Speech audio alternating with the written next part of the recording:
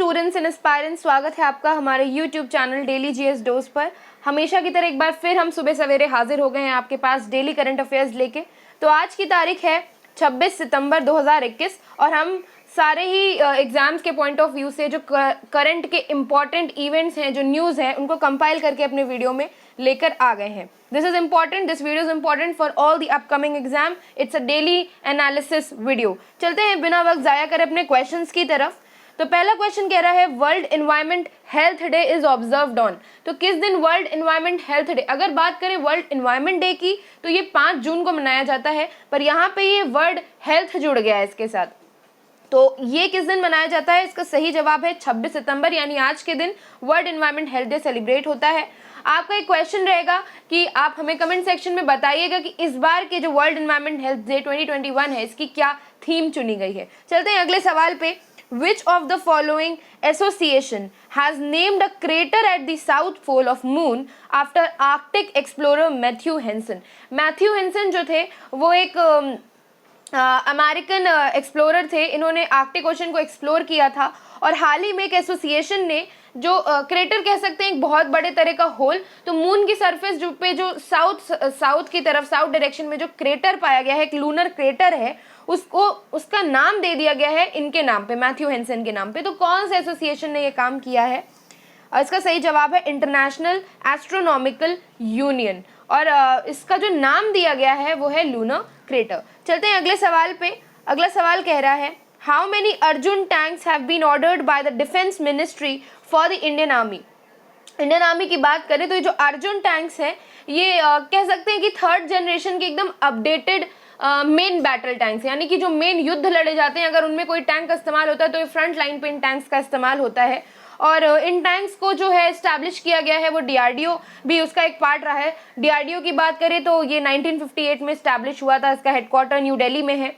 और अगर डीआरडीओ के मोटो की बात करें तो मोटो है इसका strength origin is in science बलस्य मूलम विशालम।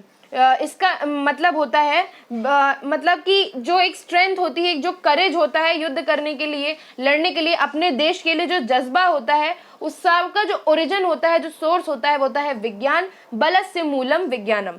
चलते हैं अगले सवाल पे। तो क्वेश्चन ये कह रहा था, अभी भी उसी सवाल पे हैं हम, कि क्वेश्चन हमसे कह रहा है कि अर्जुन टैंक्स कितने ऑर्डर किए गए हैं इंडियन आर्मी के लिए। इसका सही जवाब है 118 टैंक्स ऑर्डर किए गए हैं। चलते हैं अगले सवाल पे।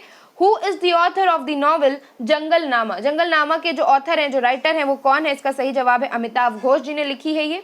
चलते हैं अगले सवाल पे। Former governor of which state, यानी फॉर्मर गवर्नर रह चुके हैं, पहले गवर्नर रह चुके हैं ये किसी स्टेट के, वाई.एस. ददवाल नाम है इनका। ये इनका हाल ही में भी 70 साल की उम्र में निधन हो गया है। तो किस स्टेट के ये गवर्नर रह चुके हैं? इसका सही जवाब है अरुणाचल प्रदेश के। ये नॉर्थ ईस्ट स्टेट है इंडिया का, वहाँ के ये गवर्नर रह चुके हैं। चलते हैं अगले सवाल पे। अंत्योदय दिवस इज ऑब्जर्व्ड ऑन। तो अंत्योदय दिवस जो है ऑब्जर्व किस दिन किया जाता है? ये क्वेश्चन में आने की इसकी बहुत ज़्यादा चांसेस हैं। तो इसका सही जवाब है 25 सितंबर को। और ये मनता क्यों है? क्योंकि इस दिन मनाई जाती है पंडित दीनदयाल उपाध्याय जी की बर्थ एनिवर्सरी। इस दिन पंडित दीनदयाल जी का कह सकते हैं बर्थडे हुआ था। और अंत्योदय दिवस क्यों कहते हैं इसको? अंत्योदय का अर्थ होता है कि मर के भी जन्म लेने वाला, यानी मरने के बाद भी जो आपकी वैल्यूज है, जो प्रिंसिपल्स हैं, वो इन रन है, फॉलो की जा रही हैं, इस वजह से इसका नाम अंत्योदय दिवस रखा गया। चलते हैं अगले सवाल पे। With which country India formally launched negotiation on comprehensive economic partnership agreement. ये तो पूरा नाम है CEPA का, सीपा का, कॉम्प्रिहेंसिव इकोनॉमिक पार्टनरशिप एग्रीमेंट। किस कंट्री के साथ इंडिया ने ये फॉर्मली लॉन्च किया है? इसका सही जवाब है UAE, यूनाइटेड अरब एमिरेट्स। चलते हैं अगले सवाल पे। अगला सवाल कह रहा है in which district of Assam a tea park will be set up to promote tea production. तो कौन से डिस्ट्रिक्ट में, हाँ तक कि सवाल आपसे ये भी पूछ सकता था कि टी पार्क कौन से स्टेट में सेट किया जा रहा है, तो आंसर हो जाएगा असम। लेकिन यहाँ पे और इन डेप्थ पूछा गया है कि कौन से डिस्ट्रिक्ट में सेट किया जा रहा है असम की एक टी पार्क, जहाँ से टी प्रोडक्शन, ये जो चाय पत्ती का जो प्रोडक्शन होता है, इसको बढ़ोतरी मिलेगी। तो इसका सही जवाब है कामरूप, जो है डिस्ट्रिक्ट असम का, वहाँ पे ये हो रहा है। चलते हैं अगले सवाल पे। Chang's 5 lunar mission is an initiative of which country. नाम से ही पता चल रहा है कि चैंग्स 5 ल्यूनर मिशन, जो चैंग्स जो अर्थ है, इस तरह के जो शब्द होते हैं, जो नेम होते हैं, वो चाइना में यूज होते हैं, इसलिए जो ल्यूनर मिशन है ये इनिशिएटिव है चाइना का। चलते हैं अगले सवाल पे। Orissa first ever tussar silk yarn production centre is located in which district. बात करें कि टसर सिल्क की, तो ये बहुत ही रिच क्वालिटी का सिल्क होता है। क्वालिटी बहुत सारी होती है, अलग अलग वैरायटी होती है सिल्क में, पर टसर सिल्क जो है बहुत ही रिच क्वालिटी का सिल्क होता है। तो एक फर्स्ट एवर यानी कि पहला जो है उड़ीसा का tussar silk yarn production centre बन रहा है, यानी अपना प्रोडक्शन सेंटर रहेगा, हमें किसी और सोर्स की ज़रूरत नहीं रहेगी प्रोडक्शन के लिए सिल्क के। और बेसिकली ये जो इस्टेब्लिश किया जा रहा है, ये इस्टेब्लिश किया जा रहा है KVIC की वजह से। उनका ही रोल है इसमें, khadi and village industries commission, वही इसको इस्टेब्लिश कर रहे हैं।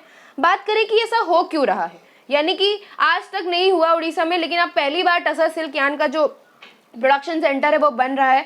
तो बेसिकली जो सिल्क होता है ये बहुत कॉस्टली फैब्रिक होता है, तो इसकी लोकल अवेलेबिलिटी भी कम हो जाती है, क्योंकि जब ये कॉस्टली रहता है तो ये विदेशों में एक्सपोर्ट कर दिया जाता है, तो इस वजह से लोकल अवेलेबिलिटी कम हो जाती है टसर सिल्क की। और हमें अपने इंडियंस को ही, अपने जो नेटिव लोग होते हैं, जो लोकल पीपल होते हैं, उनको ये महंगा मिलता है। तो बेसिकली पहला पॉइंट यही है कि लोकल अवेलेबिलिटी हो जाए टसर सिल्क की। और जब ये जो कह सकते हैं कि प्रोडक्शन सेंटर है ये सेट होगा, तो एक लोकल एम्प्लॉयमेंट सेट होगा, रोजगार पैदा होगा लोकल लोगों के लिए, और कहीं ना कहीं जो एक कॉस्ट है, बहुत हाई कॉस्ट है सिल्क की, टसर सिल्क की, वो भी कम हो जाएगी फॉर नेटिव पीपल। तो ये कहाँ पे सेट हो रहा है, उड़ीसा के कौन से डिस्ट्रिक्ट में? इसका सही जवाब है कटक, उड़ीसा। चलते हैं अगले सवाल पे। Recently which state got GI tag for हाथी चिली? हाथी चिली के लिए GI टैग मिला है, यानी कि ये बहुत ही कह सकते हैं अलग यूनिक प्रोडक्ट है, तो इसको हमारे GI टैग प्रोवाइड किया गया हाथी चिली को। तो कहाँ पे इस स्टेट को, किस स्टेट में इसको दिया गया है GI टैग? तो मणिपुर में हाथी चिली को GI टैग दिया गया है। GI tag basically unique products को दिया जाता है। जैसे अगर बात करें चिकनकारी की, तो लखनऊ में जो चिकनकारी वर्क होता है, जो कि एम्ब्रॉयडरी की जाती है थ्रेड से फैब्रिक पे, तो इसको चिकनकारी को GI टैग दिया गया है। इसी तरह से हर स्टेट में ऐसे कई सारे प्रोडक्ट्स होते हैं जो वहाँ के यूनिक प्रोडक्ट होते हैं और जो कहीं और भी नहीं बनाए जाते, जिनका प्रोडक्शन और कहीं नहीं होता है, इनको GI टैग देके हम सम्मानित करते हैं, जिससे एक उनका नाम रहे स्टेट के लिए और उसी नाम से स्टेट जाना जाए।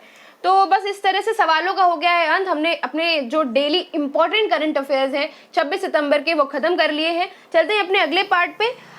हमेशा की तरह इस बार फिर हम वर्ड ऑफ द डे लेके आ गए हैं, एक ऐसा शब्द जिसके हम आपको पर्यायवाची बताएंगे, उसका विलोम बताएंगे, उस शब्द को हम कैसे यूज कर सकते हैं, कहाँ पर फिल कर सकते हैं, कहाँ पर हम उसको यूजेज उसका ला सकते हैं, ये सब हम आपको बताएंगे। तो आज का जो वर्ड है वो है अर्स्टवाइल। अर्स्टवाइल का मतलब होता है कि पुराना, इन द पास्ट, फॉर्मर यानी पहले रह चुका। तो मीनिंग इसका है फॉर्मर। सिनोनिम्स की बात करें यानी कि पर्यायवाची की बात करें तो ओल्ड यानी पुराना, पास्ट यानी बीता हुआ, और अगर इसके एंटोनिम की बात करें, विलोम की बात करें, तो इसका जो विलोम होगा वो होगा प्रेजेंट। बिल्कुल जाहिर सी बात है कि अगर कोई चीज पुरानी है, जो रह चुकी है, बीते समय में रह चुकी है, उसका जो विलोम होगा वो यही होगा कि इस समय जो चीज चल रही है, प्रेजेंट में जो चीज वर्क करी है। अब इस वर्ड को हम यूज कैसे करेंगे सेंटेंसेस में? सबसे इंपॉर्टेंट तो यही होता है कि कोई भी वर्ड तो हमने सीख लिया, लेकिन हम उसका सेंटेंस यूसेज कैसे करेंगे, उसको कहाँ पे यूज करेंगे, अपने सेंटेंस में या अपने कम्युनिकेशन में या अपने पेपर में, जहाँ पे हमसे पूछा जाएगा। अगर ऑप्शन में आ जाए अर्स्टवाइल, तो हमें अगर ये यूज करना है फिल इन द ब्लैंक में या नहीं करना है, ये हमें कैसे पता चलेगा? वो पता चलता है सेंटेंस फॉर्मेशन से। तो इसका सेंटेंस फॉर्मेशन हमने रखा है, the erstwhile president of company died recently. एक कोई कंपनी है जिसके जो प्रेसिडेंट है, जो चीफ एग्जीक्यूटिव ऑफिसर है, उनका जो हाल ही में निधन हो गया है, लेकिन ये जो प्रेसिडेंट थे, ये जो चीफ एग्जीक्यूटिव ऑफिसर थे, ये अर्स्टवाइल थे, यानी ये पहले रह चुके हैं। फिलहाल नहीं थे, जब इनका निधन हुआ तब ये प्रेसिडेंट नहीं थे, लेकिन पहले ये रह चुके हैं। He has been the former president. The former भी जो है वो यहाँ पे हम यूज कर सकते हैं, एक तरह का सिनोनिम ही होता है फॉर्मर अर्स्टवाइल का। तो इसी के साथ बस खत्म करते हैं हम अपना वीडियो। मिलते हैं आपसे अगले वीडियो में। हम उम्मीद करेंगे कि आपने इन कम समय में, हमारे इस वीडियो के कम समय में, सारे ही करंट अफेयर्स को बहुत ध्यान से पढ़ा होगा, इनके आंसर्स को जाना होगा, कुछ शॉर्ट नोट्स क्रिएट कर लिए होंगे और अब आगे की तैयारी में आप लग जाएंगे। तो बस इसी के साथ मिलते हैं अगले वीडियो में। हम होप करेंगे कि आप सब्सक्राइब करें हमारे चैनल को, डेली जीएस डोज को, और प्रेस करें बेल आइकन को, जिससे आप हमेशा नोटिफिकेशन पाते रहें और हमारे वीडियोस को अपडेटेड तरीके से देखते रहें। मिलते हैं आपसे अगले वीडियो में, तब तक के लिए जय हिंद, जय Bharat and boost your preparation. Thank you.